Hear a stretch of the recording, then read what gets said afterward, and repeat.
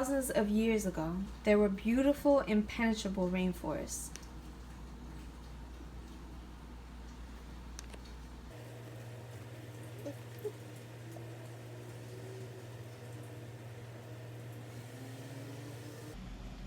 Okay, this is all the biota, some of the biota that you would see in Ghana. Hidden in these rainforests were treasures beyond imagining, vegetables, fruit found in every Ghanaian plate, beans, animals, oil, petroleum, diamonds, gold, all the riches of Ghana.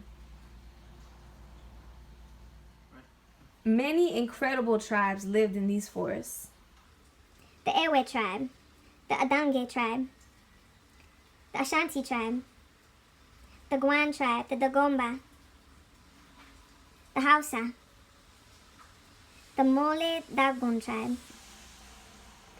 Out of all of these tribes, one tribe became really big and really powerful. The Akan. The Akan tribe grew really big and started amassing the wealth from the forests and creating the first massive civilizations of that area.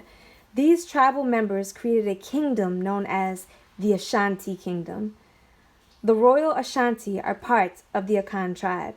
The land became known as Akan land, or the Ashanti Kingdom. The Ashanti kingdoms became really big on amassing power. They took over other lands, and by taking over other tribes, they took prisoners of war and brought them into their kingdoms as servants. Now, these servants could later integrate into Akan life and marry in or become new family members. Now, some other people started watching the growth of the Ashanti kingdom as well and started plotting. The British noticed the gold and all the resources, but also noticed the prisoners from war turned servants, and began trading with the Ashanti for servants, except they had other plans for the servants. Now, people say that slaves were taken from Africa. This is not true.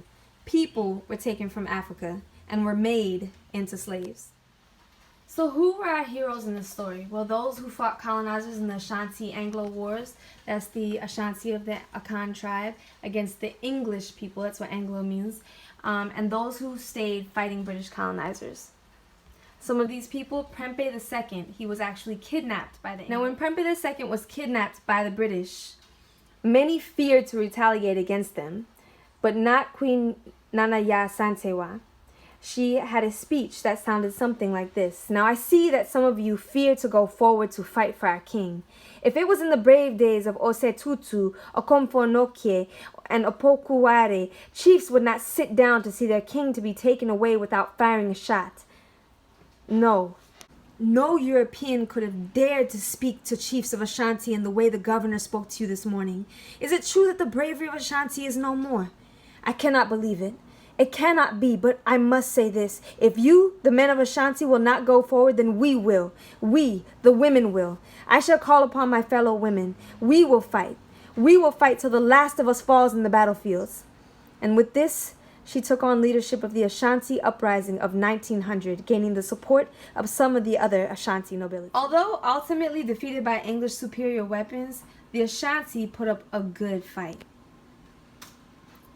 So what did the British takeover look like? Well, it was like this. The British saying, give us your timber, gold, cacao, hold down the revolutions for us, fight in the World War II for us, and we'll give you jobs, schools, benefits when you get back from war, and, whatever else you might need. But yeah, they pretty much did none of that, while they did everything. Well, alright, they did give us their British schools and taught us all about how good government's supposed to be. And yep, that's exactly what we'll use against them to get our freedom, said the Big Six. So the Big Six are the top revolutionaries, right, that use their British education to fight against British or English imperialism.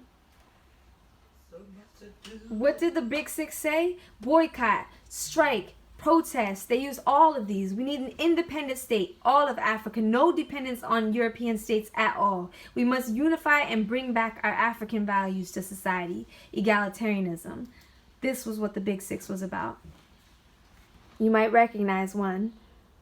The British response was like, yeah, sure, that's cool. We'll leave you alone. Just, continue to do business with us because we're better than you and have better stuff. And Kwame Nkrumah and the Big Six were all, no way. That's like colonialism all over again. Neo-colonization? Nah, buddy. Get out. Africans for Africans. We're not falling for your tricks. We're who you stole your wealth from. Need we remind you. Let's have one unified socialist Africa. Say no to neo-colonialism.